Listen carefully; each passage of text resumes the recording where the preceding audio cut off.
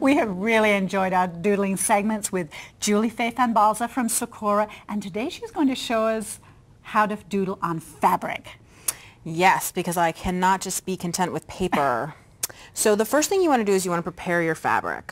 And what I've done is I have just ironed some freezer paper on the back, and you can buy freezer paper at the grocery store. You just put it shiny side, and that stabilizes it so you can draw on it. And what I've chosen here is a fabric that looks almost like a Zentangle. It just has little shapes that I know I can doodle within. Now, were these shapes already on the fabric? They were. If they weren't, we had a plain fabric, we could actually draw those on there too, right? Absolutely.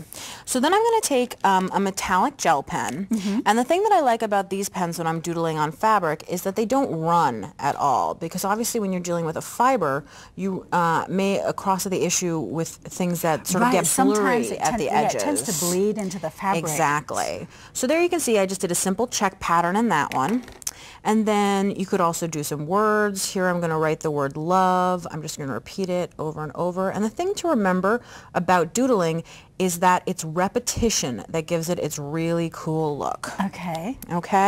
You just keep repeating shapes over and over and over again, and you would do every segment. You can even just color it in if you'd like. You know what I really like about doodling is there's no right way or wrong way, there's only your way. Absolutely, and it gives you a personal touch always. So here's one on this blue fabric that you can see I've filled in entirely with doodles of all sorts of different shapes and sizes, and here's one that I filled in with text. Okay. Now you've used a lot of different colors on here. Yes. So there's metallics. Are there also plain colors? Or? Yeah, you can use plain colors if you like. I just like the flash of the metallic. I think because I'm a girl, I like anything sparkly. A little bit of a bling. Exactly. Bling is the thing. Exactly. So then this one is still on the freezer paper, and I'm going to show you how easily that comes off. Just like this, and you can actually reuse that freezer paper if you'd like. Oh, okay. Okay?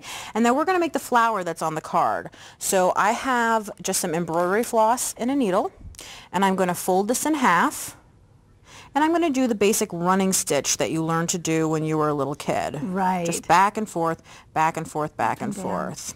And you can see it right there. It looks like that. Okay? And then I have one here that's already done.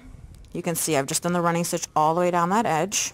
And then I'm just going to pull my needle, and it's going to become this nice little flower shape. That's cool. Now, it really doesn't matter what size your strip is. It depends on how large you want the flower to be. Is that right? Exactly. And then I would just put a little stitch in here to keep it secure, knot it, and then I like to use just a clear nail polish to secure the knot. Then I don't have to worry about it when I cut it off. It's not going to come undone. Exactly. And you can see on the card I chose this orange fabric, which I did the leaves and the button cover on, because it had a lot of open space.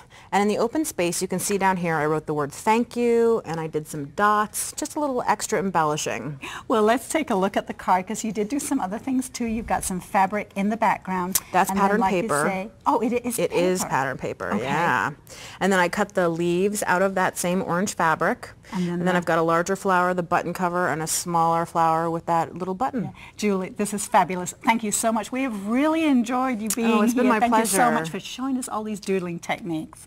Now stay tuned. Beth is up next.